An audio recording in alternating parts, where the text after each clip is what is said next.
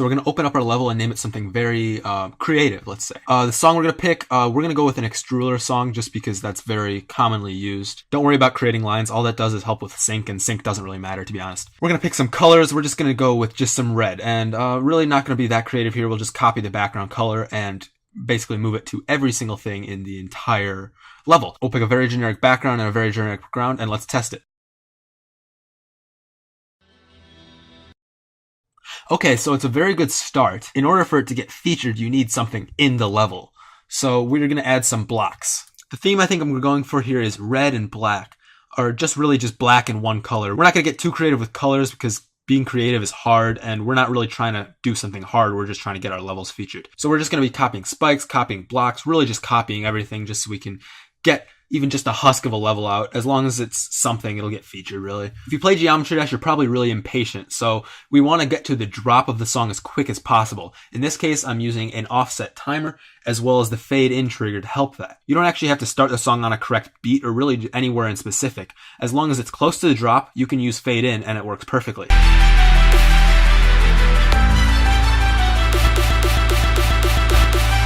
Every featured level has one kind of unique thing that lets it stick out from the rest, just enough for you to get noticed. Not enough to be good, but just enough to get noticed. In this case, we're using these gears with this red and black coloring, which I think looks kind of cool. Really just spam the crap out of these. That's all you need to make a good level.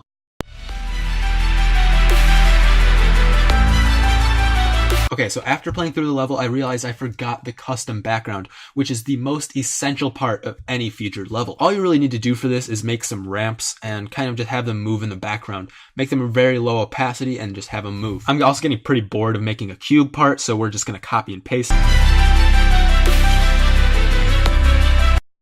Okay, so if you notice there, after I hit the yellow jump pad, the sync doesn't really match up to anything next. Like I couldn't put a ship portal there just yet because it doesn't go with the music. Rather than fixing this by building more, you can be lazy and put blue jump pads to the very end to carry it out to the next part. Okay, so we're going to do the ship part next, and I think I'm going to get a little creative for this one. I'm just kidding. Copy and paste the cube part and paste it on the top and bottom of the screen. Make sure to move the gears so the level is only 2 or 3 stars difficulty. This will ensure that not only will your level get featured, but it will also get daily. Change the colors so it looks like we did something. We'll add that cliche Mario font and put our nickname at the very end of it just so we know whose level it is. Of course, don't forget the custom background. Maybe just use a different material. You really don't have to alternate anything else. You're also going to want to use the same pattern that every featured level does. That is, ship, then halfway through the level, you turn it upside down, and then once the beat changes again, you go to UFO, and then you go upside down again. Ships and UFOs are pretty much the same game mode, so you can literally just copy and paste everything from the last game mode and do a little bit of alterations just so it looks a little bit different. We'll add a ton of blue jump pads just so we can get to the end of this part as well. And of course, since this is going into the drop, the next part has to be a 3 times wave mode. So I'm cutting to after I built this wave part just because it took me over 8 hours to build this and some of the footage got corrupted. I had a lot of issues getting creative, and the best thing I came up with was just sort of this checkerboard design between 2 of the most generic blocks in the game. One of the techniques I found that works the best when creating featured levels like this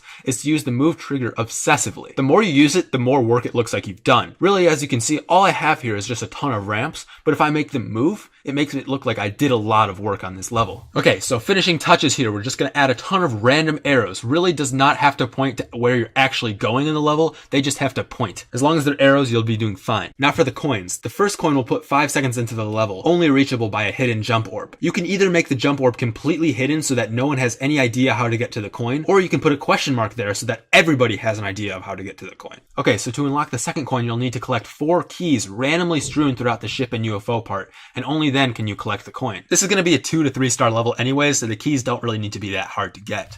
Final coin we'll put on the wave part just in an alternate path in order to get it. This is extremely easy to do, and it's a pretty generic coin that everybody's expecting. I spent 30 minutes Googling how to use the create lines button, and I finally figured it out. You can use this to sync levels. So for this, we're going to use just very basic sync, in which case all we're going to do is background flashes. So then get all these lines in and then put a background flash every single beat. And our level's done. Let's admire our work, shall we?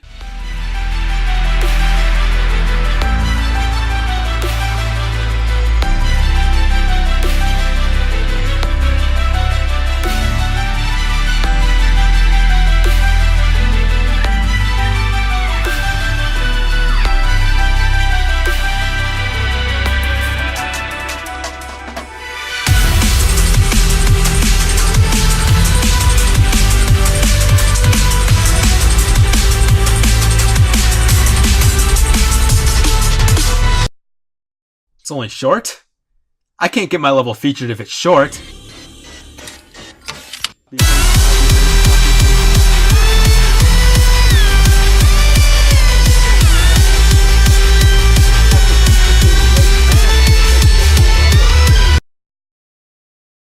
My masterpiece is completed.